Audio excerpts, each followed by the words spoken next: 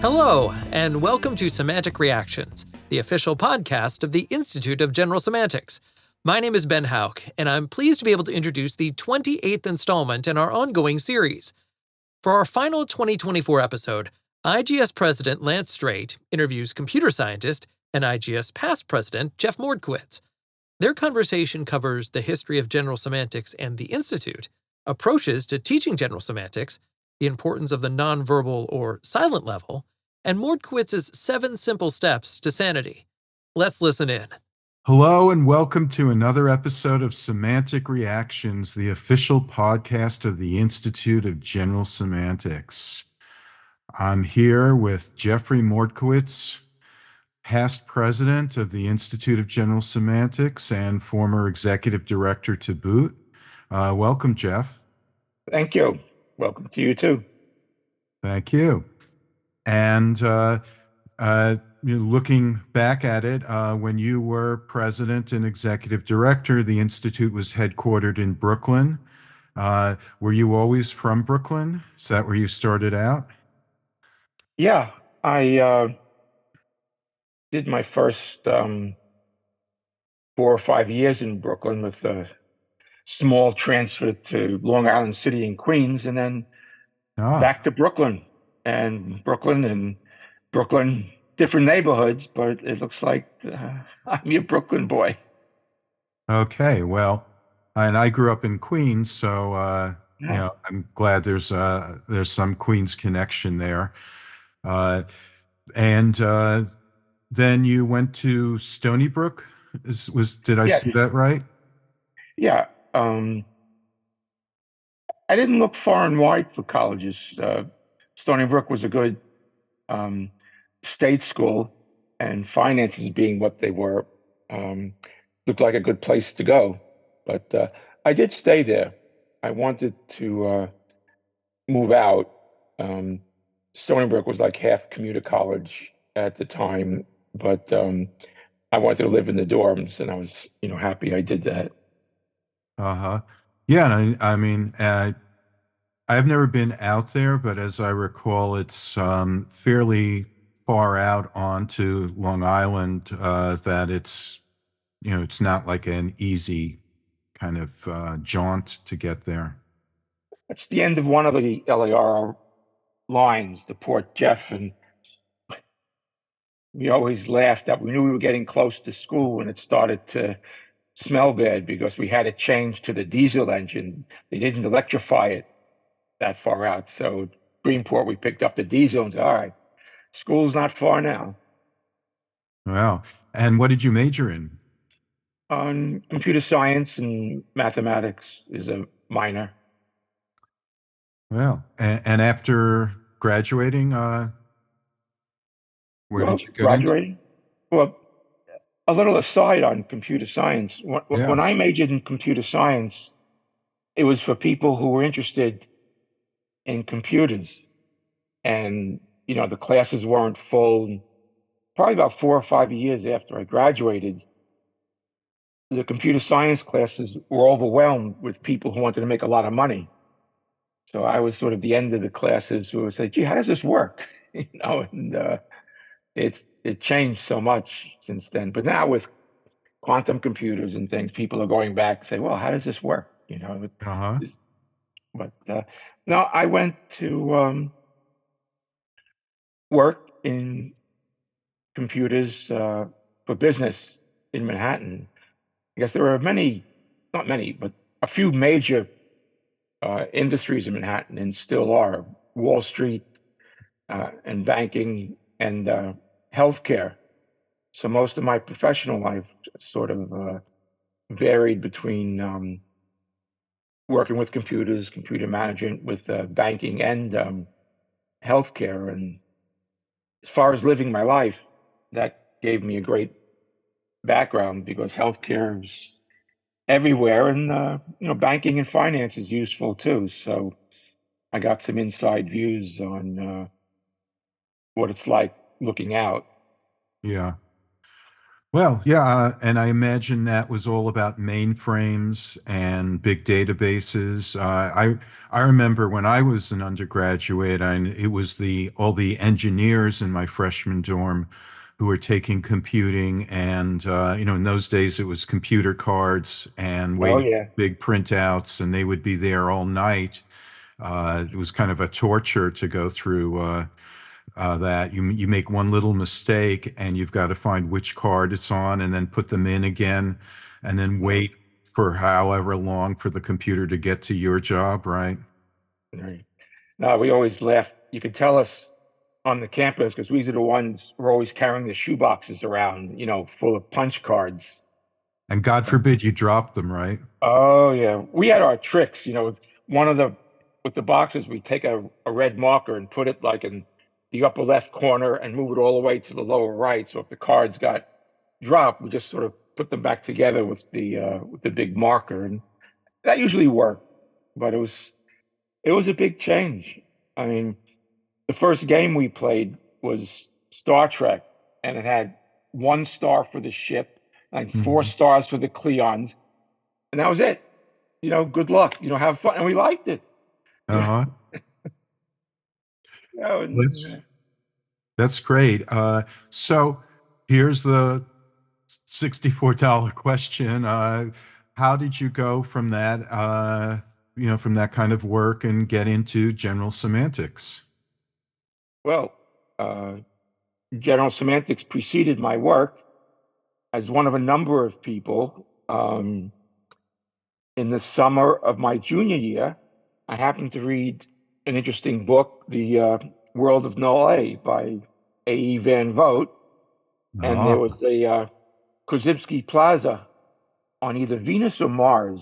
I forgot where Korzybski Plaza was, but it was interesting.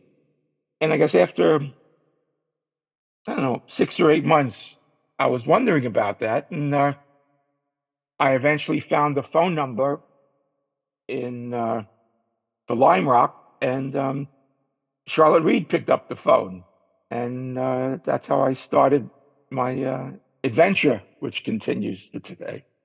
now Lime Rock is in Connecticut, and that was where the Institute of General Semantics was located, right?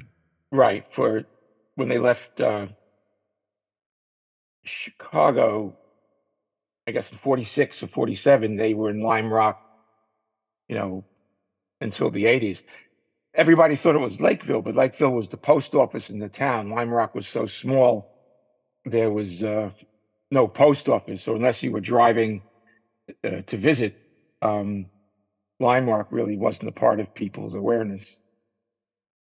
And I should add that the Institute remains to this day incorporated in Connecticut, although it originated in Chicago, but I guess they reincorporated it in Connecticut. And even though we're headquartered in Manhattan now, I mean, we've moved around a bit, it still remains a Connecticut corporation. Right. Something came up in the last few weeks or so. I was almost tempted to list all the addresses that the Institute has been in and when, but I still might do it. But it got a little depressing as to how often the Institute moved. I guess at one point the uh, the board realized that we weren't able to build a school and the so-called institute the way people view it, so it became just a way to run the organization, but not to hold seminars and visit. We held on to that for quite a few years. Mhm. The moves we made um, after we sold the Lime Rock place still envisioned a school. Yeah.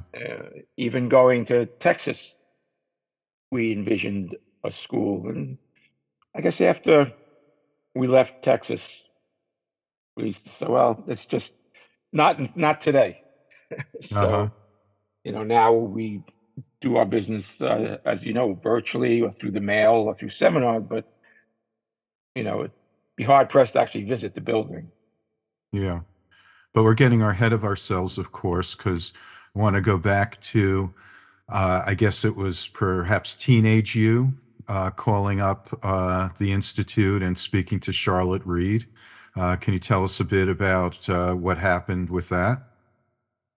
Well, it was, And Charlotte Reed was Krzyzewski's sort of successor, I gather, or yeah, she did. I'd like to talk about Charlotte for a little bit because she's one of please. the most important people after Krzyzewski. Well, the Institute, I guess, as an organization, was founded in Chicago, I believe, in '38, perhaps.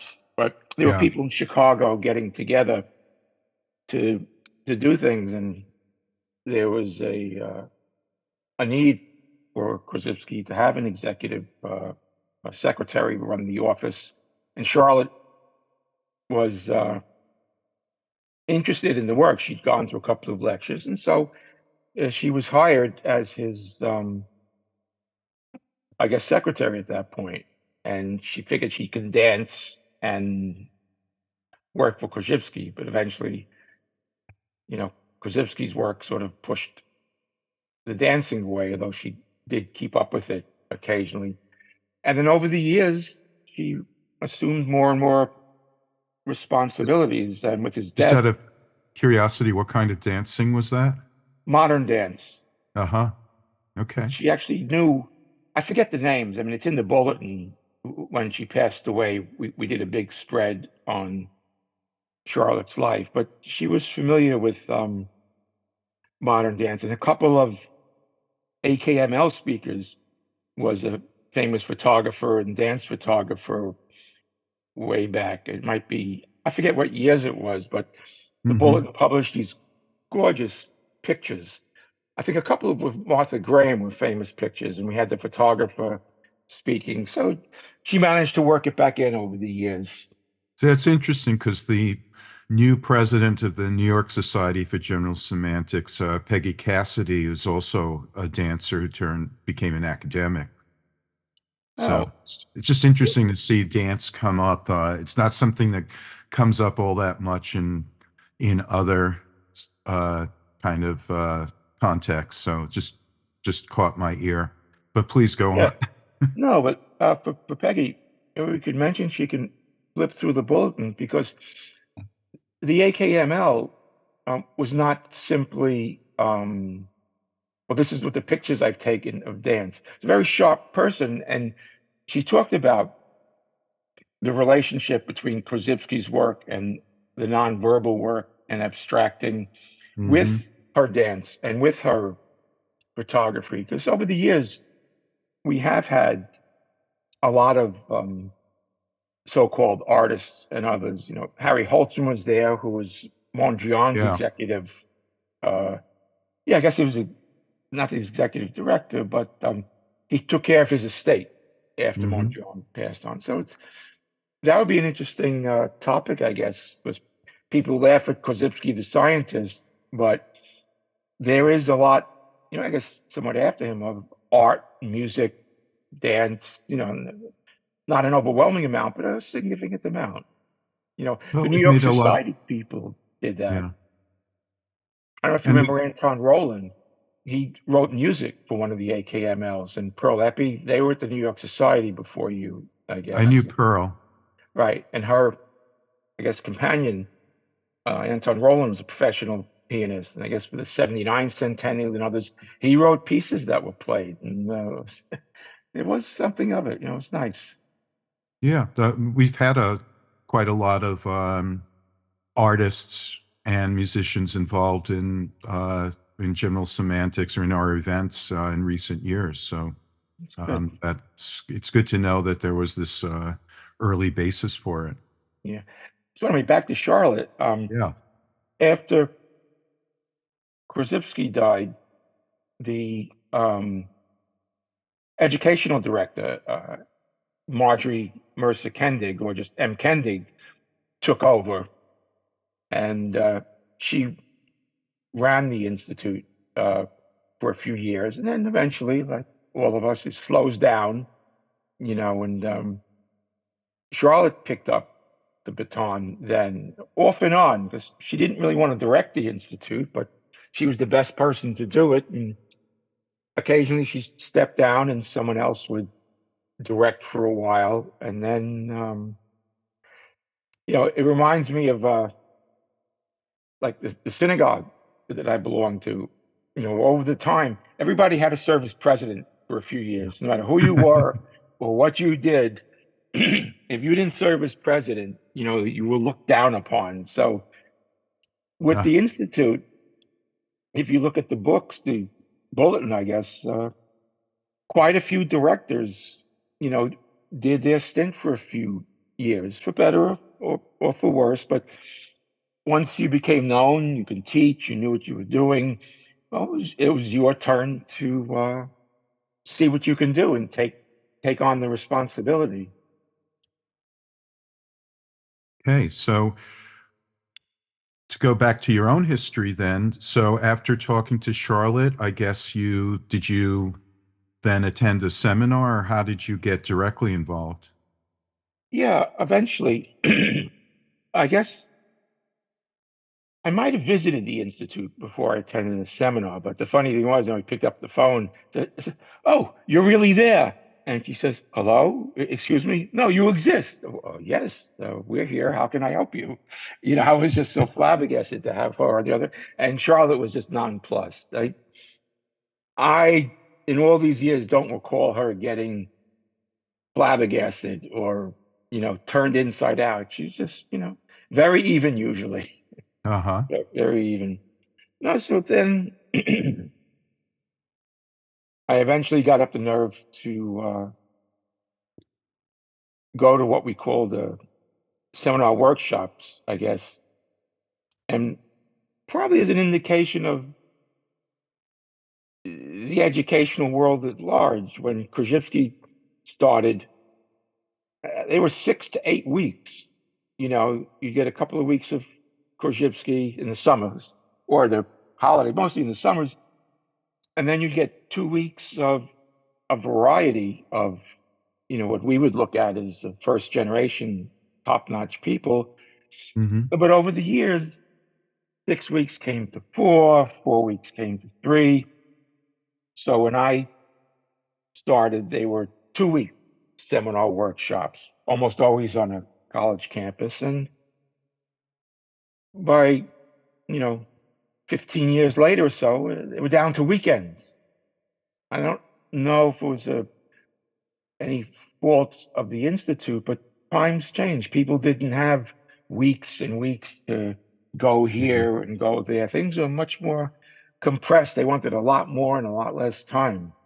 I was very happy to see a seminar workshop in London this summer. It was more than a day. That was great. I was reading about it, looking at the pictures and stuff. It really Yeah. seemed to be longer than usual. The longest I think you've had in quite a while, as a matter of fact. Well, it was the second one, and both we did one in New York the year before, and they were both 3 days, which feels really tight to Right. to do. But as you say, it's tough. So I guess folks stayed on campus or stayed in Yeah. nearby, and just it was partly a holiday in a way to do For this. some. Yeah, they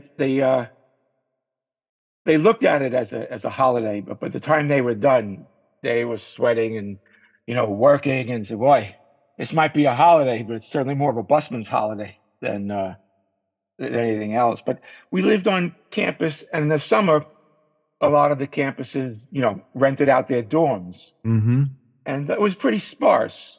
I don't think we ever went to a place that had air conditioning, and we would eat the cafeteria food, but it was us, which was good because the campus wasn't surrounded by hundreds of school kids and teachers and others. So it was a pretty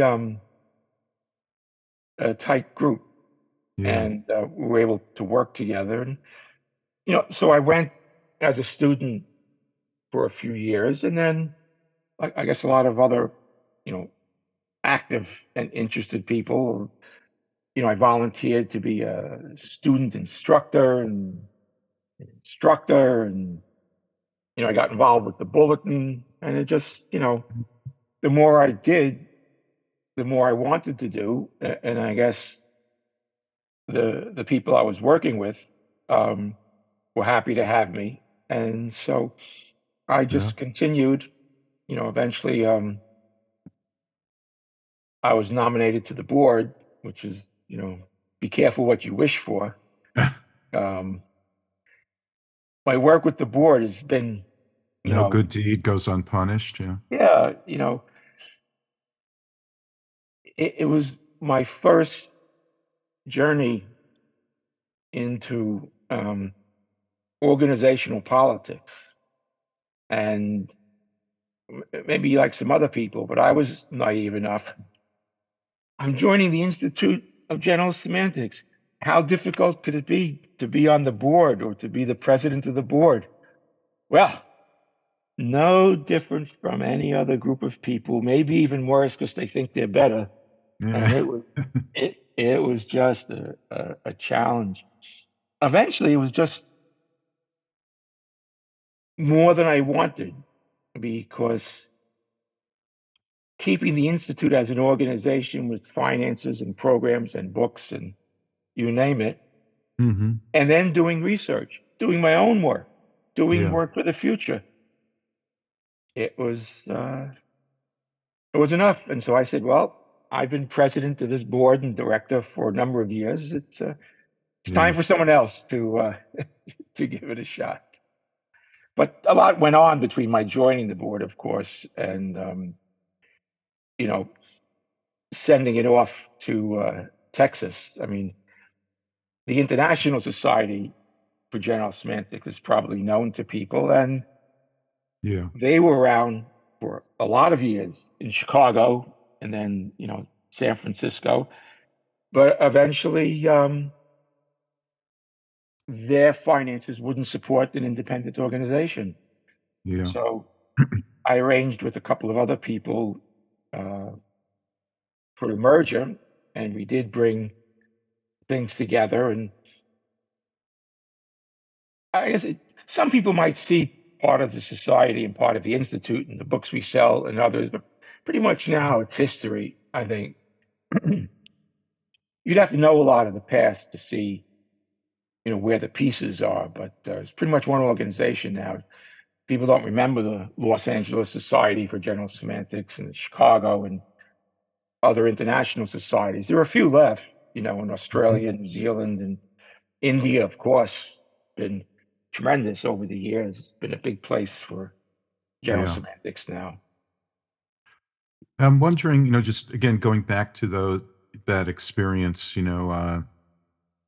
starting in Lime Rock and then from there. What other individuals stand out for you? Were notable that um, or that had an influence on you? Well, I guess like everybody else, I'm writing a book, and Oh, I can go over my my acknowledgments, which is what you're talking about. I guess in the very beginning, I'd only known uh, Charlotte Reed until I went to seminar workshops. I was grateful for having met Kendig, but she was in a nursing home, and the conversations were short and interesting. I would have wished to have known her better, but those are the years went by. The seminars seem to be split up into, let's say, a main general semantics lecturer, which for me in the early years was Bob Pooler. mm-hmm. Although Ken Johnson also came, and if Bob Pooler wasn't there, Ken Johnson would do the main lecturing, and both of them had, well, to today, a big influence on me. Stuart Maper did what we would call, we just finished the book session, I guess, with the Institute for the last 3 months, but Stuart Maper did what we call books 2 and books 3. It was Mm. his job to somehow translate the science, chemistry, physics into these everyday lives of people and, answer the famous question, so what? And there was also a very big part which confused a lot of people at first, which was the nonverbal awareness, which Hmm. is what Charlotte Reed uh, led. And there was a challenge for her between leading nonverbal awareness, bringing people to it and through it and experimenting, but people wanted to hear her talk. Why are we doing this? So occasionally, you know, she'd have a lecture then separate, from the nonverbal work. That's how it worked for a number of years. And then we had great guest lecturers. Milton Dawes started out as a student Hmm. and a student teacher and then as a lecturer, but Milton Dawes was so different from everybody. I mean, he knew a lot, but he did the best experimental, experiential stuff. You always know he was coming because he would come down the last hill in his diesel Mercedes, about 20 years old, and it would be packed with bongos and drums and just to the hilt and speakers. And, it was like a traveling road show. And when he and Milton would lecture, I think there's some films or tapes of Milton doing bongo and other lectures, Hmm. but people just loved, you know, working with him. Charlotte Reed couldn't wait for Milton because he was an excellent dancer. And during the Saturday night parties, the two of them would be able to dance together because nobody could really, you know, keep up with Charlotte or with Milton when they get together. It was a great party to watch them, go at it. So Milton was a big influence in different ways too. And her husband came a lot, Alan Walker Reed, Yeah. I was and going to ask you about him. yeah, he I don't want to use the word a scholar or a gentleman, but I have to say he's like if I was going to use those terms, he'd certainly be the clearest example of a scholar and a gentleman. I mean, he spent years at Columbia. Eventually, he was Hmm.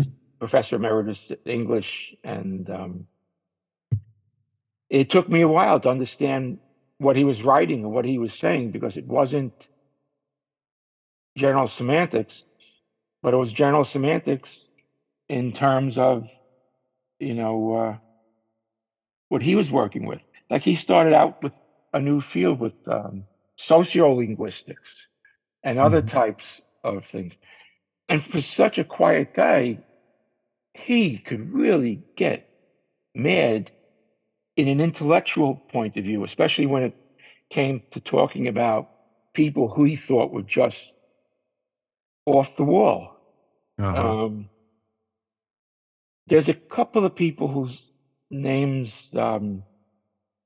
escape me for a moment, but when he'd talk about people in the AKML and say, "Well, of course this is foolish," and they're not, they don't know what they're talking about, and this, and then he'd Uh-huh. have, I guess other academics have these long running. Um, One person I mentioned, I guess he created the the structure of, I guess, grammar in the brain before. He was very, very big on grammatical structure in the head before anything else. He still might be alive. You're He, not talking about Chomsky now. oh yes, oh yes. Chomsky was, yeah, they didn't get along.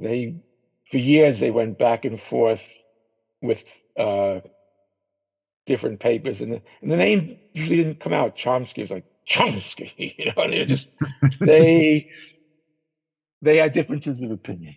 Yeah. Well, I was very interested that a while back, a few years ago, we had John McWhorter um, at an event. He's a pretty well known for writing about language, and he had mentioned that Alan Walker Reed he's at Columbia, and that Alan Walker Reed was kind of a mentor for him.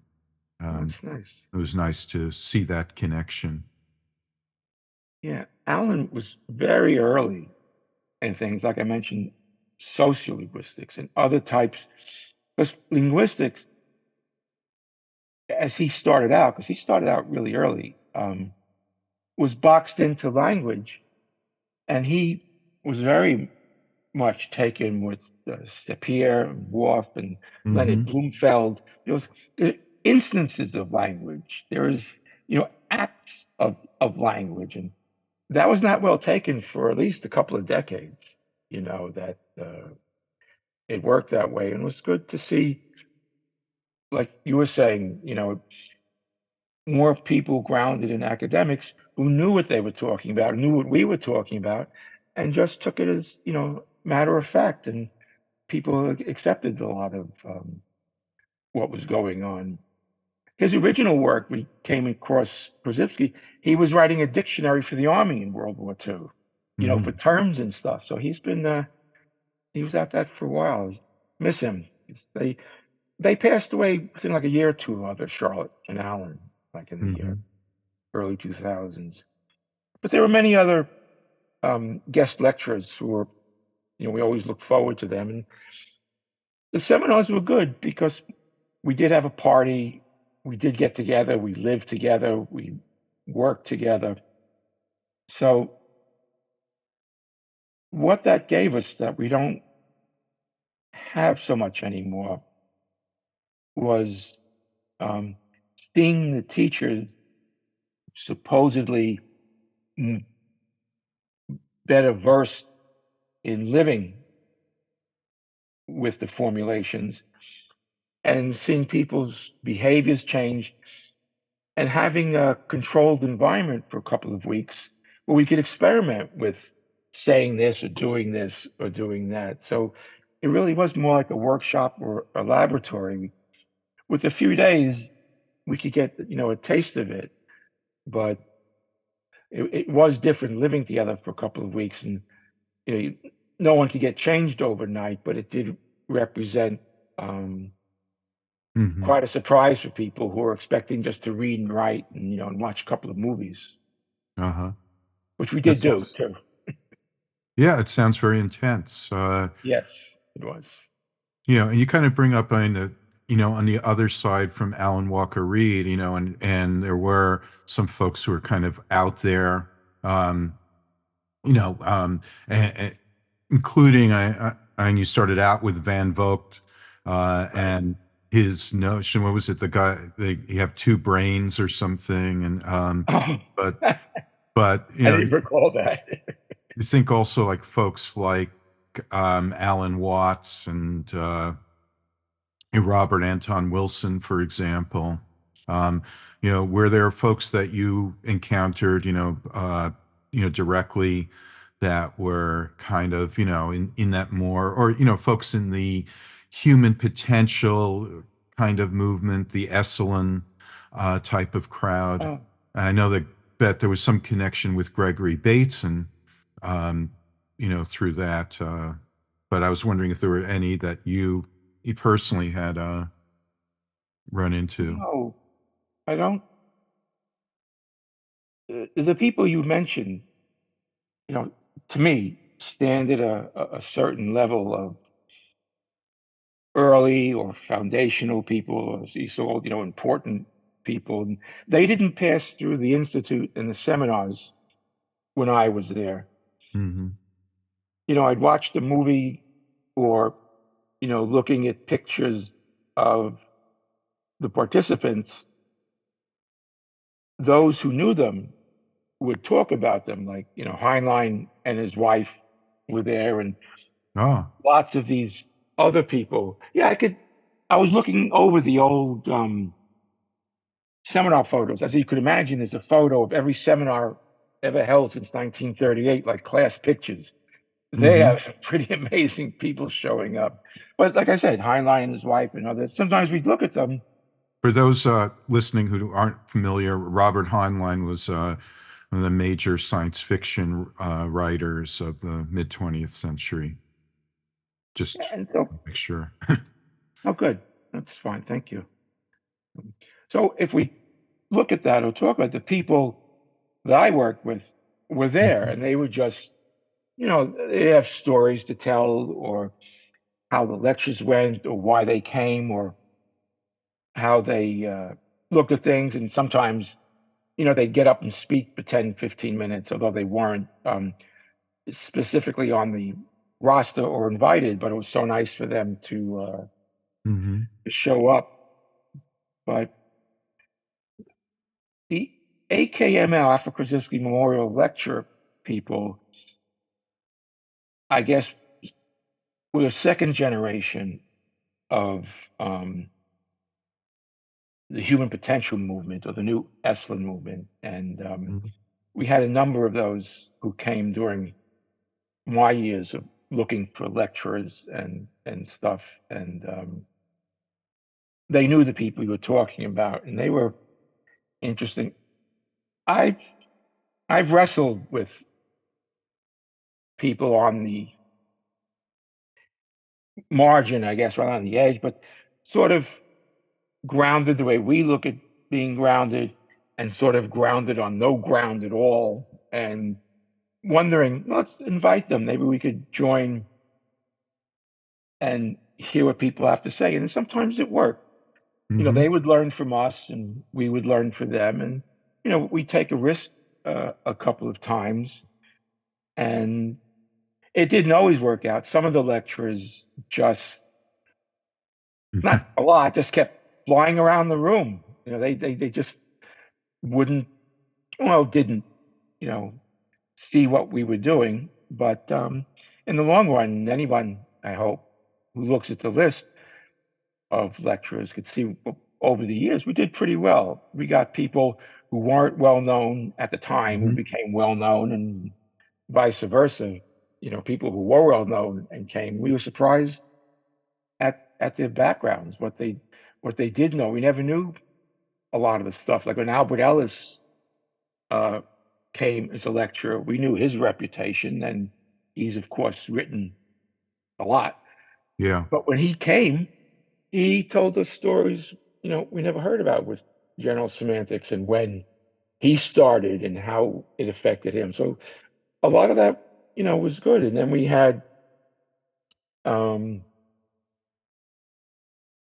Pavlov's translator, Gant, Horsley Gant, and he came and he told the same thing. A lot of interesting stories, how he learned from Korzybski, and how they struggled together to make up, to try to change erroneous translations of Pavlov, which some people are aware of, whether it's, the types of reactions they were. But once it was made and people picked it up, it's like banging your head against the wall, like not using the word semantics as a verbal discipline, and Yeah. the Or die is cast.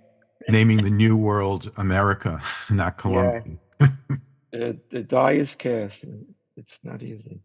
All right, so I Uh, think I've ran off a question you asked me. I don't recall anymore, but we could continue where you like. well, it's just great to get some of this oral history, because too much of it just, wasn't recorded. So, really just hearing about your experiences and what stands out for you, during those years. Are there other, memories or other events or individuals that stand out for you? Probably, it could be the most influential person on me was, I guess, Tom, who's, as his last name escaped, Tom Nelson. Not sure. Have you come across the name Tom Nelson? In general semantics? Yes. I don't think so. Wow. Doesn't ring a bell. That's that's unfortunate, because no one, and I could go back a ways and today, no one had ever created as much and as brilliant extensional devices as Tom Nelson. He started in Dartmouth in the early 50s with a brilliant person in perception, Ames, Adelbert Ames. Oh, yeah. He was actually, his book, The Morning Notes, was required reading when I was in my first year in the media ecology program with Neil Postman. And I assume, of course, you were a graduate student at one point. Is that correct? Yeah, yeah. Right. So Tom Nelson was Ames's graduate student. And people laugh that, well, graduate students usually do, the dirty work. Tom Nelson's job was to change the vomit buckets because the Ames rooms were full size back then.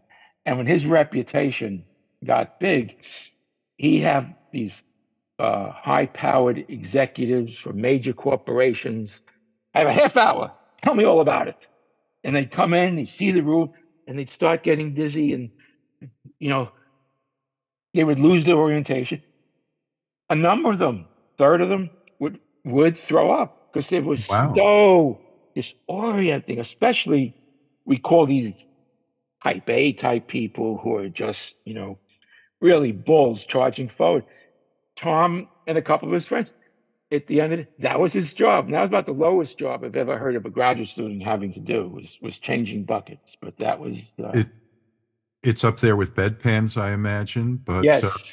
For our listeners who are not familiar with this, Ames is spelled Ames, and you can look up or Google Ames room it's a very famous and optical illusion. We see them in children's museums nowadays and many other places. Also the Ames window. I like to show a clip of the Ames window, and I actually have in my office, it doesn't work. I need someone to repair it. But my former colleague, Ed Wachtel, had created a working Ames window device. Excellent. He was good stuff. Yeah.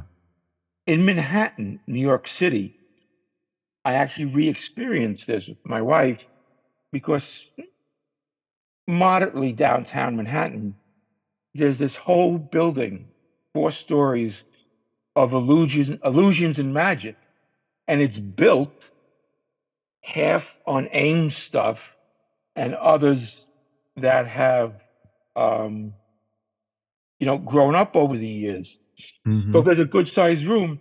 So I could walk in the room, up the checkered and see the sizes of the people changing. And you look through the window. Hopefully, if it's still there, anybody who could get to Manhattan might enjoy the experiential trip of seeing those for yourselves. So getting back to Tom Nelson, so he was Ames' graduate student, and he became a middle school science teacher in Connecticut, Tom. And I think he talked about that. He just missed Korzybski at a seminar, but since he was teaching in the early 50s in Connecticut, he came across the Institute. And then teaching middle schoolers, they were the best or the worst at, so what? Who cares? And the stuff he created over the years in middle school, he would bring to the summer seminars. And I must say, his stuff was usually the highlight of the seminars because he would take an apple in September, put it in a jar, and it would stay there until June. And every once in a while, he'd turn the stopcock, some gases would come off, and he'd play with the gases. And he had lots and lots of experiments that he tried to market. Some of the marketing didn't go well, but he had these muchness devices, and he was very much into seeing neurolinguistic feedback. One of the great experiments he did, it's hard to, if I had my whiteboard, I would draw a picture for you. But it was, let's say, a box with two doors and two rods connected to two cans. And he would ask you, all right, pick up the first can. And all you had was the rod, saw nothing. All right, weigh something. Pick up the second rod. Interesting. It weighs something. Then he would open the two doors, and the cans were very different sizes. One was small, but solid lead, and the other was large and made out of air, filled mostly with air. No matter what you told yourself, no matter what you did, you could stand on your head. When your arm and eye and muscles and fingers went for the rod of the big box, it felt heavier or lighter than the other boxes. You could see something little. Your muscles get ready for something light, and it weighs a ton. And they take it out and weigh them. People kept playing with those scales. There must be something wrong with the scales. And he would come with chemistry experiments, surprising people. He was like a Mr. Wizard before his time. And Or Bill Nye. right. But he would show things that you didn't have to talk about. He says, look, say what you want. Your eyes, your words, your arms, your muscles, they're preparing for what they expect and what they see. Mm-hmm. Just because it doesn't turn out, you can't tell your muscles, oh, don't grip it so tight. It's really not that heavy. Don't be fooled. You can't tell your arms and legs not to be fooled. Mm-hmm. It's a shame that we couldn't market it and make more of a legacy for Tom's stuff. But there were others, but he was a very big influence. And my wife doesn't forgive me because I was so taken with Tom. He had a house. He actually converted a barn and other things. So on our honeymoon, we were going through Connecticut, beautiful places in Connecticut. I insisted we stop by Tom's place for a day and, play with his stuff. And she just rolled her eyes, but she knew, by that point that she married more than me. She married the Institute. And okay, let's go see Tom and his toys. So he was part of my honeymoon. Well, I admire her tolerance. She still does. We're married, quite 40 years now, and she still puts up with me, thank goodness. Amazing. Yeah. Let me ask you then, as you mentioned the International Society, and of course you were Institute, and there was, certainly cooperation, but also some rivalry. But I'm wondering if you had any interactions, for example, with S.I. Hayakawa, who was, of course, the big guy at the International Society. Not directly. He had, if you know a bit of Hayakawa's life, eventually he moved on to bigger and greater things, like running a university and joining the United States Senate. But the people he influenced were still around. But Neil Postman wasn't at Etc. when I was there. He had moved on too from that point. So when I started getting involved with the Bulletin, which got me involved with Etc., there was this big tent, this big, look, everybody else is dead and gone. Let's make peace. Let's see how much we could cooperate together, how much we could work together. And it worked out for a while, because things that we couldn't agree on, we papered over a little bit, and we just stopped pointing fingers and saying this is this. It blew up for a while when Korzybski's collected writings came out. because if you've read it, there's many, many sections in the back, which I don't believe most of the, institute and society world knew about. Letters, private letters between Korzybski and Hayakawa, between Irving J. Lee and Korzybski, and the whole business from the beginning. Should there be an institute? There was a society first. They were working for the institute. Who's getting the money? Who should run? And just on and on and on. But after people digested that for a year or two, we just got back, together and worked together. And then Russ Joyner would invite Pula out to LA to give lectures and vice versa. And, it was pretty much on the wane, the fact that we had these difficulties early on. It pop up occasionally, but when I was directing the institute, we had a couple of international conferences that we did together. The early conferences were just the institute, first, second, third conference, and then the society made international conferences, and then we would make them together. We haven't had one of those in quite a while. We have the weekend conferences that we had with the AKMLs that, I guess much more about them now based on maybe what the AKML was. But those large international conferences were pretty interesting because people would come from around the world and present, again, usually at a hotel or more likely a campus. But the one I remember from the early 80s was at University of California, San Diego. Oh, yes. I was one of the few that I was involved with and running. I was there as a young doctoral student. Really? Yeah. Oh. And do you remember some of the plenary talks that people made then?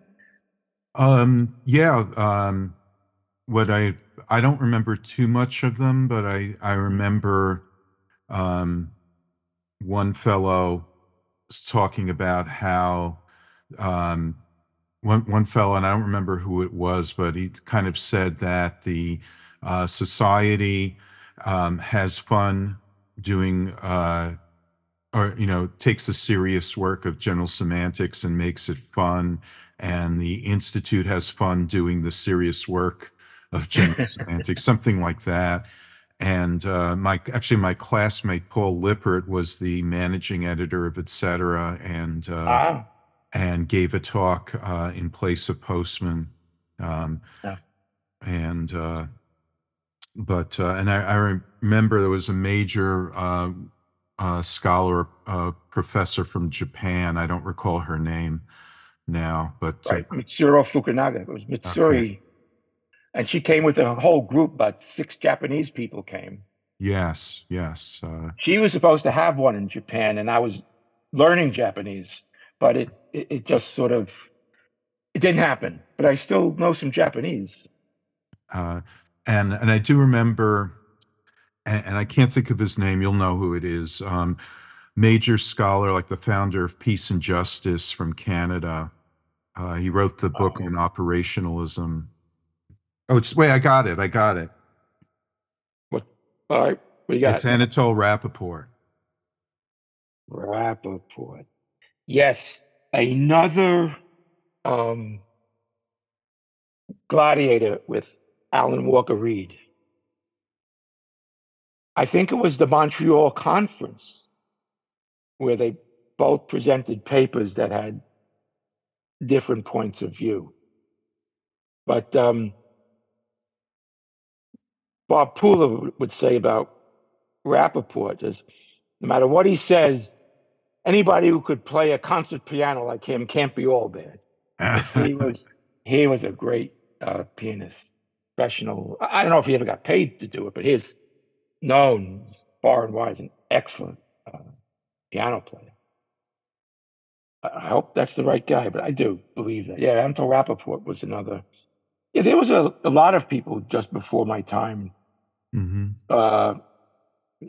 would call themselves philosophers or epistemologists or something, but a good group of 6 to 10 people who wrote things, some things better, something's worse, that, people like yourself and others who look into, education and the history of the academics would know people, and they're not talked about as much anymore. But there was a lot going on then, well, that's a story for another time, I think. Yeah. I was mentioning we always had parties and fun at night. At the international conference, we did too. I don't know if you went to one of the evening hypnosis. Yes, You yes. did, I remember Sanford Berman. right? I actually did get a little bit drowsy, but I didn't succumb. Sandy Berman. Here's a person who influenced me. Personally, I wasn't in his seminars or in his work, but he spent his life dedicated to Irving J. Lee's work and making sure it stayed in print and donating money and things, because his life just was turned inside out by Irving J. Lee, and that's what got him involved in the whole business. And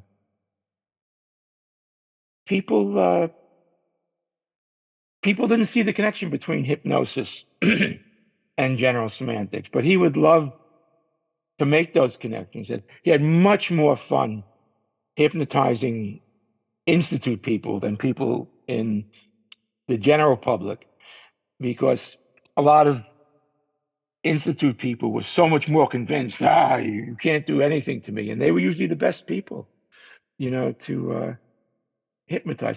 I just heard his name again recently because he had a stage name. Mm-hmm. He was talked about a lot in Pooler's 6 tapes. I think the Institute still sells them. Pooler's 6 lectures out in LA.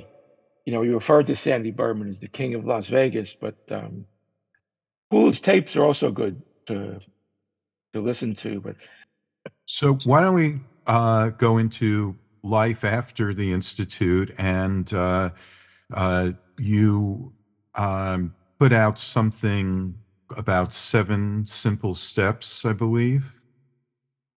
yes, I was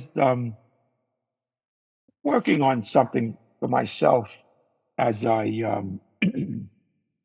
wrapped up some of my work with the Institute. And then a lot of life interfered, some health issues, family issues, and I kept starting and stopping writing my own work. But at this point, I do have a title and a good outline of the book. What I'm calling it is the 7 Simple Steps Way. And the subtitle I have is Saving Our Sanity and Other Advantageous Activities. And I've settled on a little smirk or a little smile for the whole book. I wanted something solid, but I also want something to attract people or to amuse people. So, Mm-hmm. saving our sanity and other advantageous activities, I think, fits the bill to at least have people open the cover. Because you've written books, and the first thing is to look at it on the shelf if people still have shelves, and Yeah. maybe they'll open the front or even look at the back. And how far can you get somebody into reading before they decide to borrow it or buy it or steal it? So Yeah. the 7 Simple Steps way was my version of updating Korzybski's work. The book is dedicated to Korzybski's life and his works. I said my book was derived from Korzybski's life and work, because I don't want any finger pointing or say, gee, that sounds like, who wrote that? So no, right up front, I just say my work is derived from Korzybski's work, and Mm-hmm. I'm pitching it for a modern audience. Um, the word semantic is not in the book. Okay. I have done what I wish could have been done before. The Institute, Korzybski's work, and I wrote a paper showing how the last 10 years, or definitely the last 5 years, Korzybski wrote about evaluational reactions and neural evaluation. He just dropped semantic. And so that's what I did pretty much, but I don't even talk about it. I'm still wrestling if I'm going to have a small appendix as to why that word is not in the book, but then it'll be in the book. So I don't know. But I'll tell you just a couple of the steps. Yeah. Like the first step was look for differences between your maps and their territories. So the map is not the territory, great, but this is a little wider. Like step 2 is index your nouns. Step 3, date them too. And step 4 is make friends with etc. And step 5 is if you're not underwater, don't hold your breath. And step 6, go ahead. I like that. I like that. Good. Step 6, visualize your way through the day.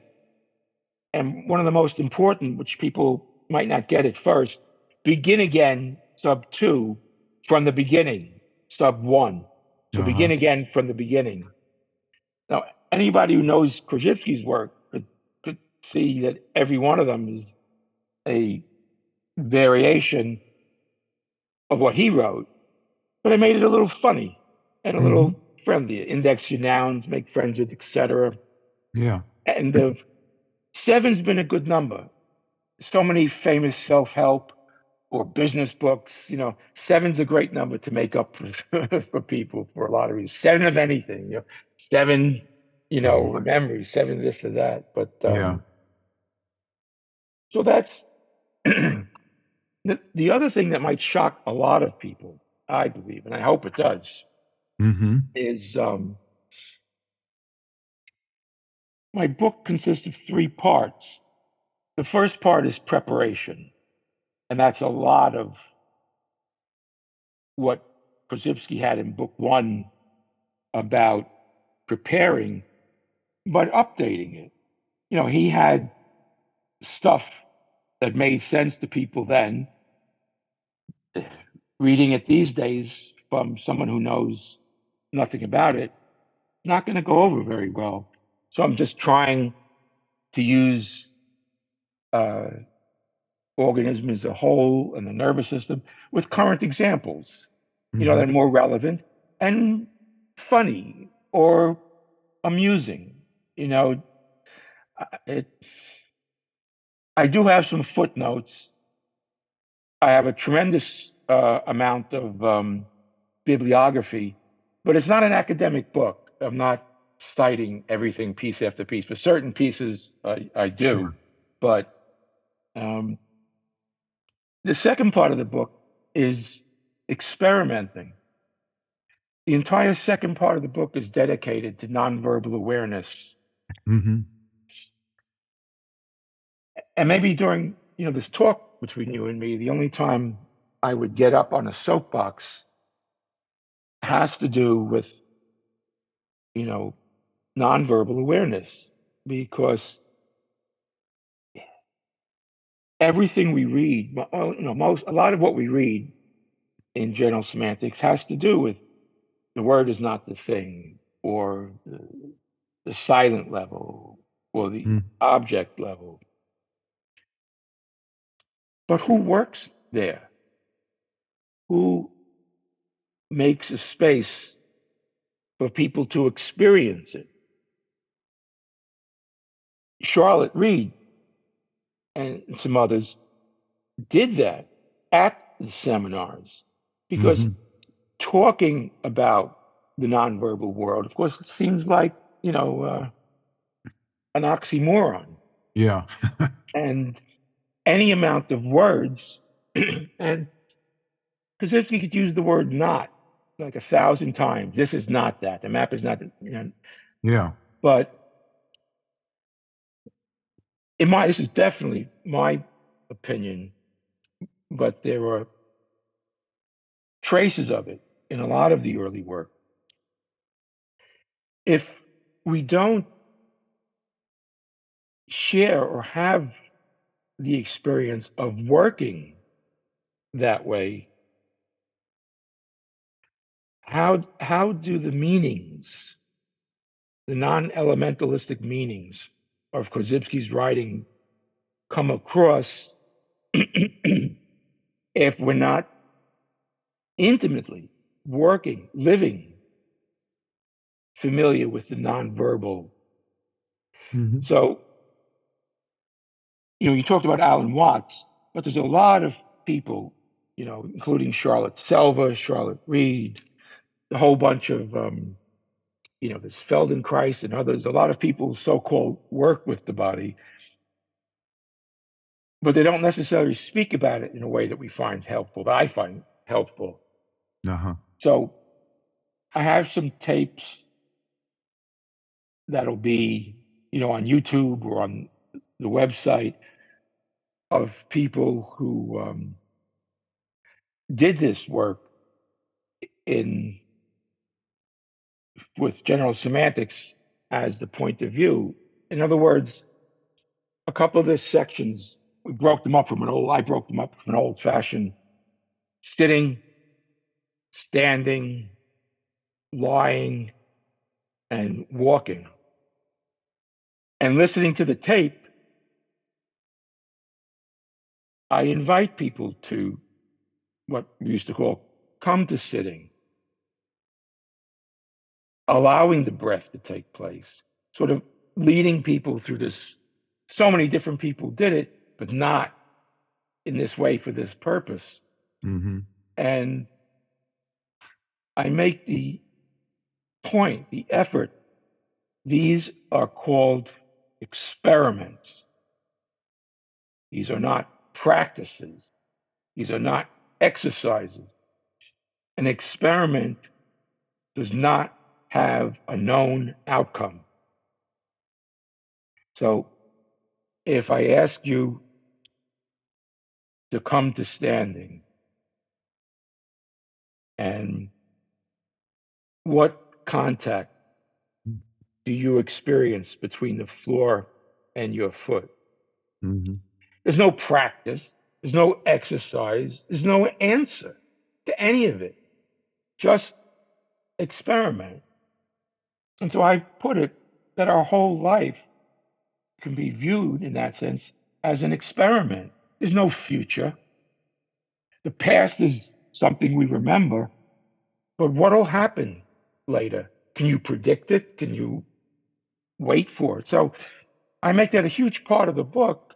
We'll see what people, do with it. Then the third part is, applications, specific ones, the sanity towards other advantageous activities and so forth. But if I do nothing but shake people up as to why so much is dedicated to these nonverbal experiments, like we talked about Korzybski's book the other day, I'd be happy if it just got people questioning, why is all this here?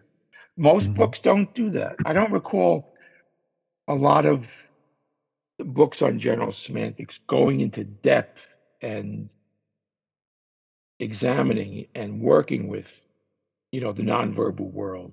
Korzybski Mm-hmm. talked a little bit about semantic relaxation and other Yeah. types of things, but it didn't become front and center. So that's the biggest change I think I'm hoping to see. I mean, the 7 simple steps I created because, they're fun and Mm-hmm. amusing, but serious. But everything I've done, I don't, if you boil down this whole few 100-page book, there's not going to be a lot to call mine that's original, but I'm putting it together in a different Yeah. fashion to reach people.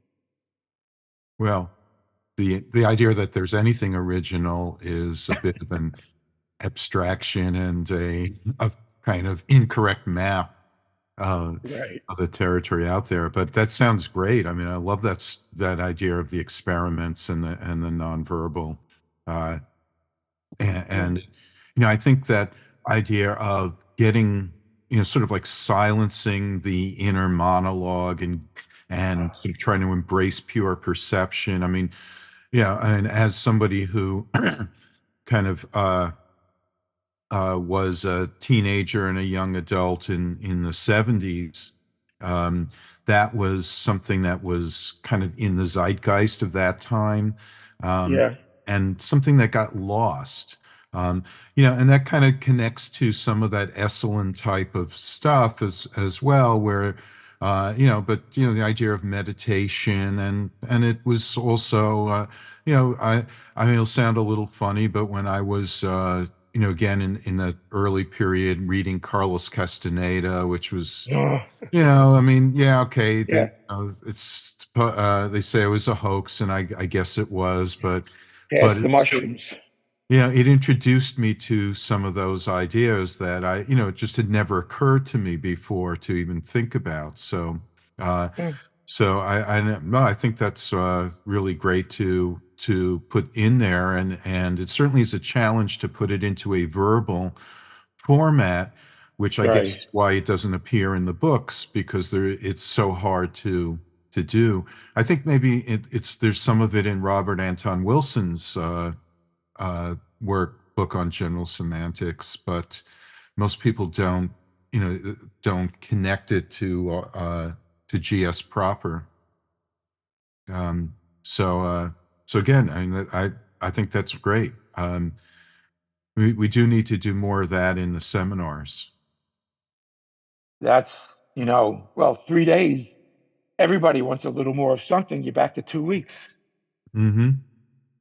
Well, But uh, I would like to make a push for that, though, even if it's a day yeah, to do 20 minutes, just just to put something in someone's, bonnet. Why did they do that? That'd be enough to at least, must be some reason they did that. And that's the best, but maybe they get more out of it. But it could be done in 20 minutes, just yeah. something along that level if you just make an effort to do it. And that's important to me because it's left out. And I think, Mm-hmm. you know, therapists and psychiatrists have words when they um, work with people with therapy. If Yeah, they're alive only from the shoulders up, it's difficult to elicit changes. A number of people are alive only from the shoulders up, and it it it's just as difficult for the institute work when we get people to come to the seminars if they're not experiencing everything within them. Uh, Sometimes yeah. it's not possible to reach people. I guess this gives new meaning to the phrase "talking heads." Yes, But exactly. I will say that Mary Lehman does do when we in our seminars, she does do work on sensory awareness, Oh, which good. I uh, know that. does come out of I think and she started to develop that along with Steve Stockdale back in the uh, you know days in between your time and my time. Right, right. Yeah, sensory awareness is still around as a work with that name. Charlotte Selva created that, and Charlotte Reed worked with her for many, many years. Actually, you might be interested, or she should read the bulletin articles because Charlotte Selva, who created sensory awareness, wrote several articles for the bulletin, and she came to the early seminars teaching her work, sensory awareness, at the institute. Yeah, And, there's just a lot. And Charlotte Reed worked with her, so yeah. we're going back I, in circles, so not circles, but returning to stuff that has been there. I'll just put in for our listeners a little plug that the General Semantics Bulletin with these articles or bulletins are available for sale as PDFs from the Institute's store, in case anyone is interested in doing that research. Yeah, and at least you could look, but if you don't want to buy them, look at the table of contents, because it's not just an historical record, but a Mhm. lot of what's in there still has a lot of applicability to today. It can be made, relived, just revivified today, as alive as it Yeah. was back then, with looking at it. Well, wonderful. Anything else you want to tell us about what you've been up to in nowadays? And I think we can really look forward to that book. Yes, Uh, yeah, that's sort of, well, no, that's my aim now, is yeah. to finish my book before I'm finished. That's how I I look at it. There are, you know, everybody dies. Had some medical issues. I hope I don't die sooner than I want, but that's that's my main aim at this point. I've retired from the corporate world. I'm living on the means I can make myself live on, and it's a struggle to write and to not get caught up in the thousand urgent things that really don't matter, but to, go into the room, Yes. go into the place, and just be alone with your writings and your musings and write. Yeah. Anybody who's tried to write, probably has experienced that. Oh, yeah. Yeah. It does not it come easy or naturally to us. In fact, that's why it's not a given that it's actually a historical accident that writing was invented at all, and it's not a given that literacy will continue into the future. And there was, I forgot who said it, but that no one ever wrote for free, um, which it doesn't quite fit in well with the academic world at all. But again, it is a matter of struggle, but it's well worth it in the end. What? Could you explain that? No one ever wrote for free? I'm not quite with you. Well, without getting paid for it, or no one. It's not worth it. I forget. I Oh, I lost right. the exact quote, but that was the idea that it's so much. It's labor. It is Yeah, labor. but that's the only type of writing I've done my whole life. I've never been paid for my articles or my publication. Yeah. Well, uh, and you're not and in case our audience is wondering, you're not getting paid for this conversation either. No, no. Neither am I, but it's been a real joy and pleasure to have Well, had thank this you. opportunity. Yeah, and I hope if there's been names or stories that people haven't heard before, maybe they look into it, like Tom Nelson and other works that you might find useful and amusing. I'm glad to bring that current for those who, might not have been there at the time. And I'm sure some will. I'm always amazed that we get some reports and there are all these people who have at least downloaded the podcast, and I'm just, where are all these people coming from?